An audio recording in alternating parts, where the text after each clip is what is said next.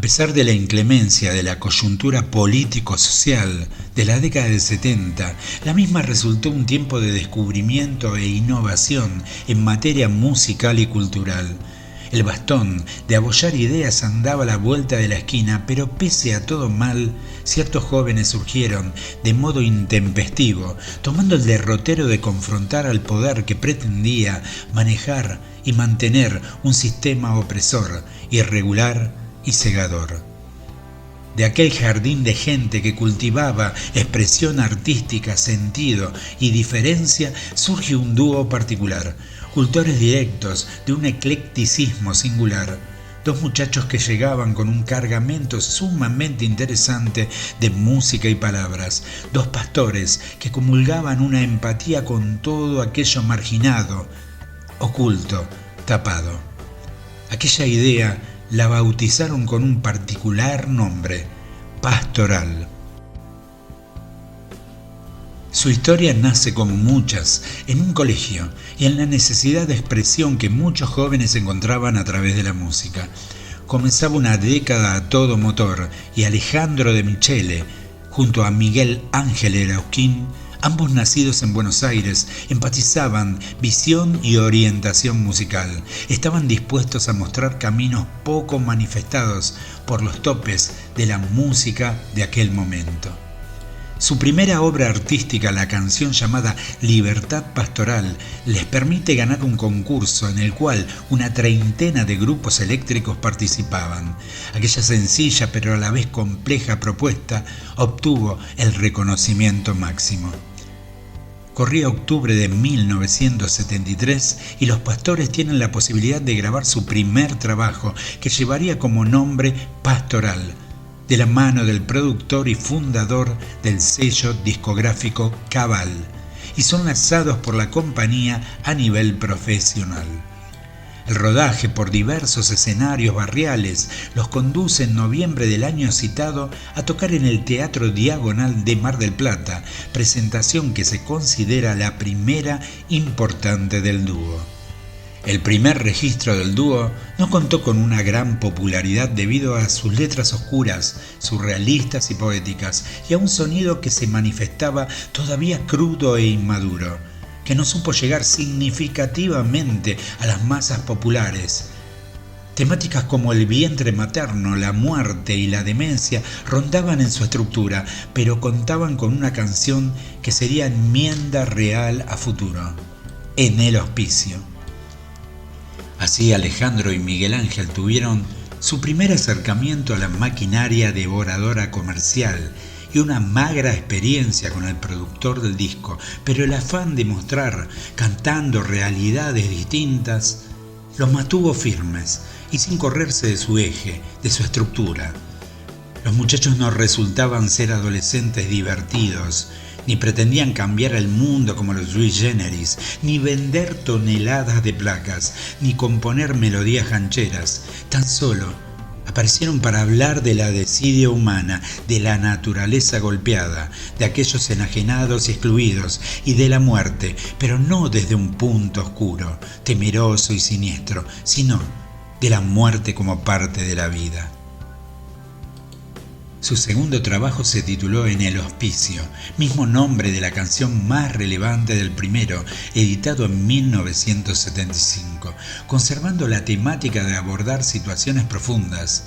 Producido por Lito Nebbia, melancólico y con segmentos de experimentación sonora, la obra fue presentada en el Teatro Coliseo con la banda de Nebbia de soporte.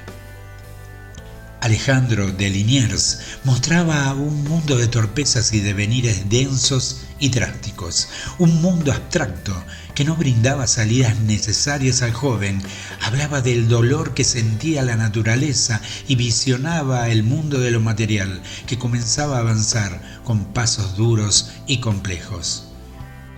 En 1976 se edita su disco consagratorio, Humanos, con un seleccionado literal del rock que generaron un sonido vanguardista cada una de las canciones. Músicos de la talla de Pino Marrone, Charly García y Oscar Moro, junto a una orquesta de cuerdas, generaron una de las obras más importantes del rock argentino de todos los tiempos, que cuenta con himnos como Humanos o Prórroga de la Tierra, la primera enmienda medioambiental hecha canción. Pastoral venía a quitarte de tu zona de confort. No había romances, ni cosa lúdica, ni tonteras en su obra. Estos músicos poseían un signo de interrogación arriba de sus cabezas, emitiendo preguntas sin mediar respuesta alguna. Con una temática aún más compleja y hermética que Humanos y una gran riqueza instrumental, en 1977 editan Atrapados en el Cielo, con el gran Bondo, con el gran Billy Bond en la producción del mismo.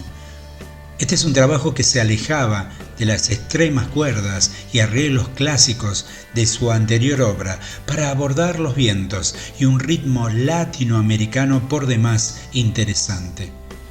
Los Pastores se convierten en uno de los primeros grupos de rock en realizar giras por el exterior. Nuestra patria se encontraba bajo control extremo militar y una veda a los conciertos de rock. Pese a la situación y enfrentando los costos por venir, el dúo realiza una presentación en el mes de abril en el estadio Luna Park. Los músicos venían cargando un desgaste, producto de 5 años de grabaciones y presentaciones, y en 1979 lanzan De Michele Erauskin, un trabajo que cerraría un ciclo, editado casi por obligación contractual, el cual contiene una joya musical llamada Aquí Luis, y la canción Mecena de la farándula, dedicada a la actitud fenicia y mercantilista de los llamados productores musicales. Sin presentación despedida alguna, el dúo se disuelve hasta 1982, año que deciden nuevamente reunirse. Comenzaban otros tiempos, del pelo largo y el blanco al cabello corto y el negro. El cambio en la estética visual y musical se nota, pero sin perder esencia crítica, lanzan Generación. La conformación del álbum se dio en el contexto de la guerra de Malvinas y el malestar popular hacia el régimen militar. Esta situación social y política se vio reflejada en la temática del mismo, pesimista y con letras cargadas de ironía. El sonido se manifestó intenso y eléctrico, con una fuerte base rítmica. La presentación del trabajo la realizaron en pequeños bares hasta desembocar en una de sus más grandes performances, nuevamente en la meca del rock, Obras Sanitarias. Luego un registro en vivo, Alejandro saluda a su madre, que se encontraba en la primera fila viendo el triunfo de la conciencia mediante su hijo. El músico tenía horizontes creativos, novedosos. La idea de incursionar en los videos, en lo visual que venía marcando tendencia, el plan de un disco solista. En la madrugada del 20 de mayo de 1983, un Ford Falcon seguía otro auto rumbo a una casa en la localidad de San Miguel, provincia de Buenos Aires. El Falcon era manejado por Alejandro y su vehículo predecesor era conducido por Miguel Ángel. Ambos salían de Rainbow, una discoteca de Barrio Norte que años después fue inmortalizada por la homónima canción de Los Ratones Paranoicos. El dúo salía de festejar el lleno total del Estadio Obras en la presentación del disco Generación. Pero a la altura del hipódromo, Miguel Ángel pierde de vista el vehículo conducido por Alejandro. El pastor, siguió de largo con su vehículo en una curva, chocando de frente con un árbol a la altura del velódromo municipal. Su compañera quedó herida de gravedad. Alejandro muere de forma instantánea en un lugar donde eran muy habituales las muertes, debido a que existe una curva difícil para muchos conductores, una curva muy complicada. El músico tenía 28 años. Una época murió con el pastor. Algo de todos nosotros se detuvo en aquel tiempo que arraigaba bastante cosa pesada. Alejandro no solo fue el poseedor de una de las voces más importantes del rock de acá. Él vino a acercarnos un compendio de formas y modos de ver las cosas y a darnos pequeñas visiones del futuro. Aquel pastor fue sumamente respetado por los músicos, por sus pares, por la gente del heavy metal y por todo aquel que interpretaba su rol en la música. Alejandro abandonó este mundo siendo muy joven, un mundo colmado de situaciones que impactaban en su sensible y frágil alma. Sus fans continúan atesorando sus canciones como lo perdido y lo encontrado, la belleza, sin eufemismos, lograda a través de sus canciones, lo conformaron como aquel que vino a manifestar realidades. Aquel hospicio al que tan mágicamente hizo referencia resultaba su lugar de nacimiento, y la luz, atrapada en la pared desierta, resultaba ser él mismo.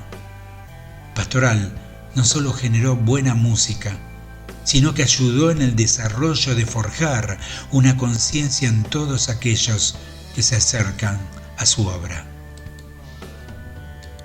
Resultó tan gigante el espíritu de Alejandro de Michele que aún corre, aún circula libre en las calles de la misteriosa Buenos Aires, brindando todas las respuestas necesarias. Solo debemos escuchar. Larga vida al rock.